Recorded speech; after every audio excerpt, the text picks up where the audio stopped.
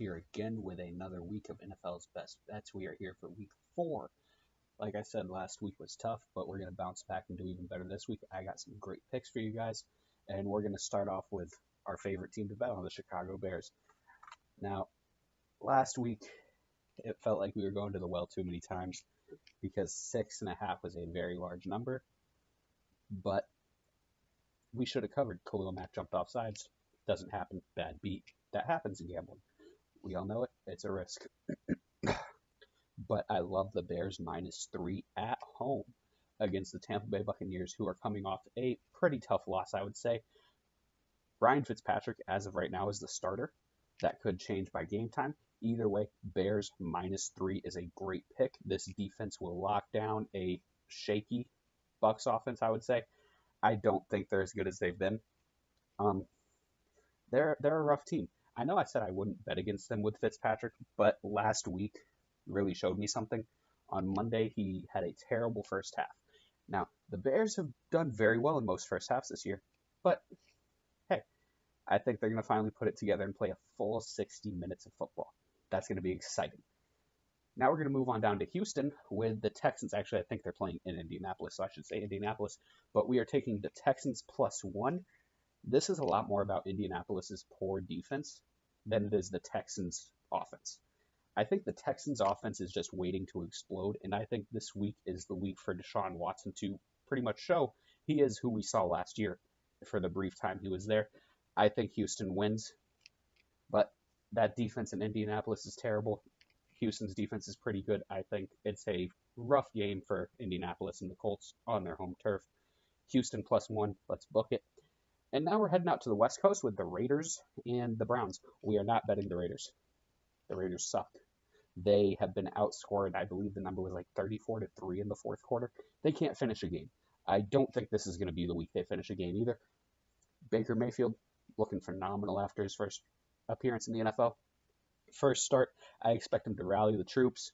Big game for the Browns, +2.5 should be an easy cover. I think they win outright if you want to put a little money on that as well.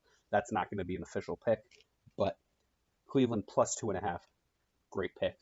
Like, I don't see any way the Browns lose this game unless the Raiders actually decide to play a full 60 minutes, which I don't see happening. Derek Carr is going to get a lot of pressure brought on him, and this defense is actually pretty good for the Browns.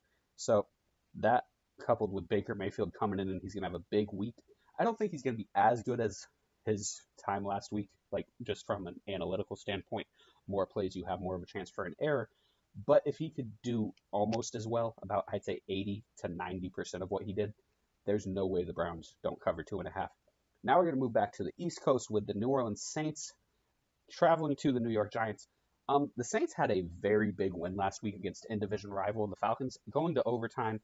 Great game offensively, a shootout, a lot like tonight's game between the Vikings and the Rams. Almost forgot who played. But not a lot of defense is going to be played.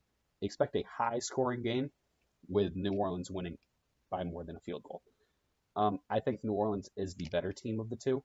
Kamara being questionable is a bit of a deterrent from this game, but I think either way, Drew Brees is going to do what Drew Brees does, and that's put up big numbers. He will outperform Eli Manning. They will outperform the Giants' offense. I'm expecting the score to be like 38 to probably 27. It's going to be a lot closer than the scoreboard shows. Maybe a garbage time touchdown by the Saints wraps it up.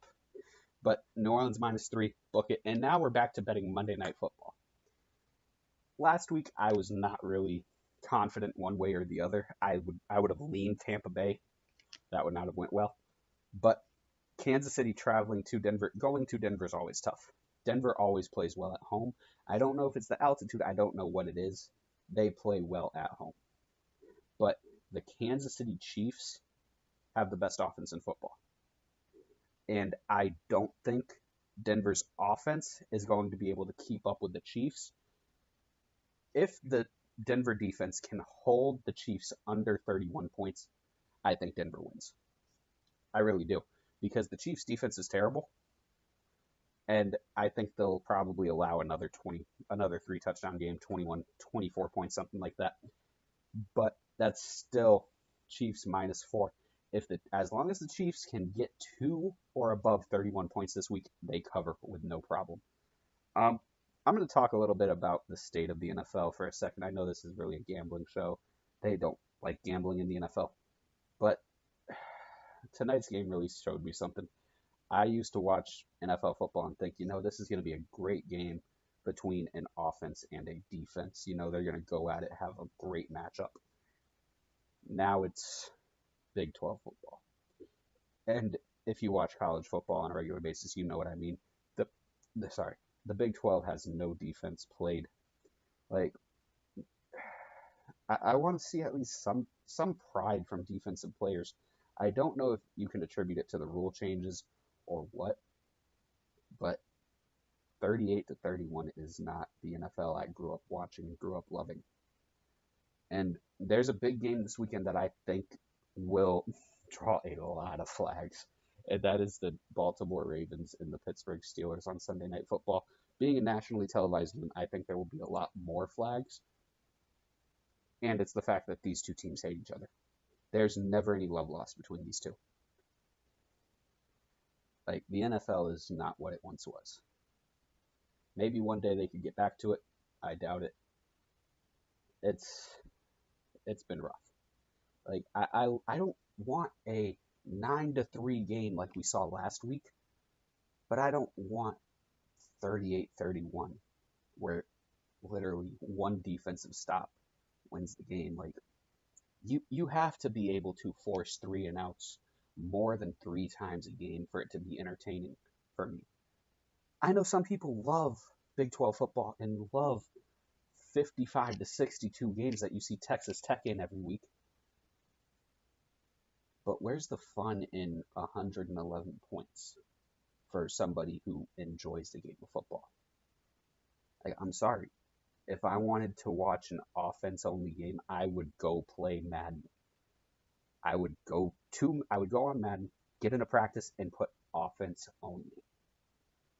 Or I would watch Texas Tech play every week. I love watching Texas Tech play. You know what? Because I don't expect defense in that game. I expect NFL players to have a little bit of pride in playing defense.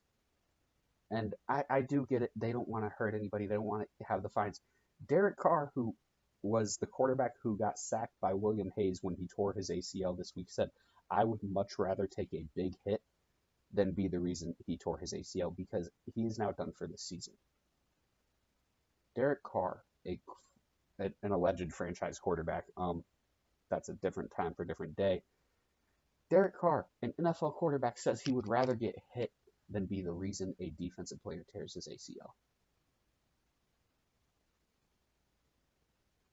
Roger Goodell, show some pride.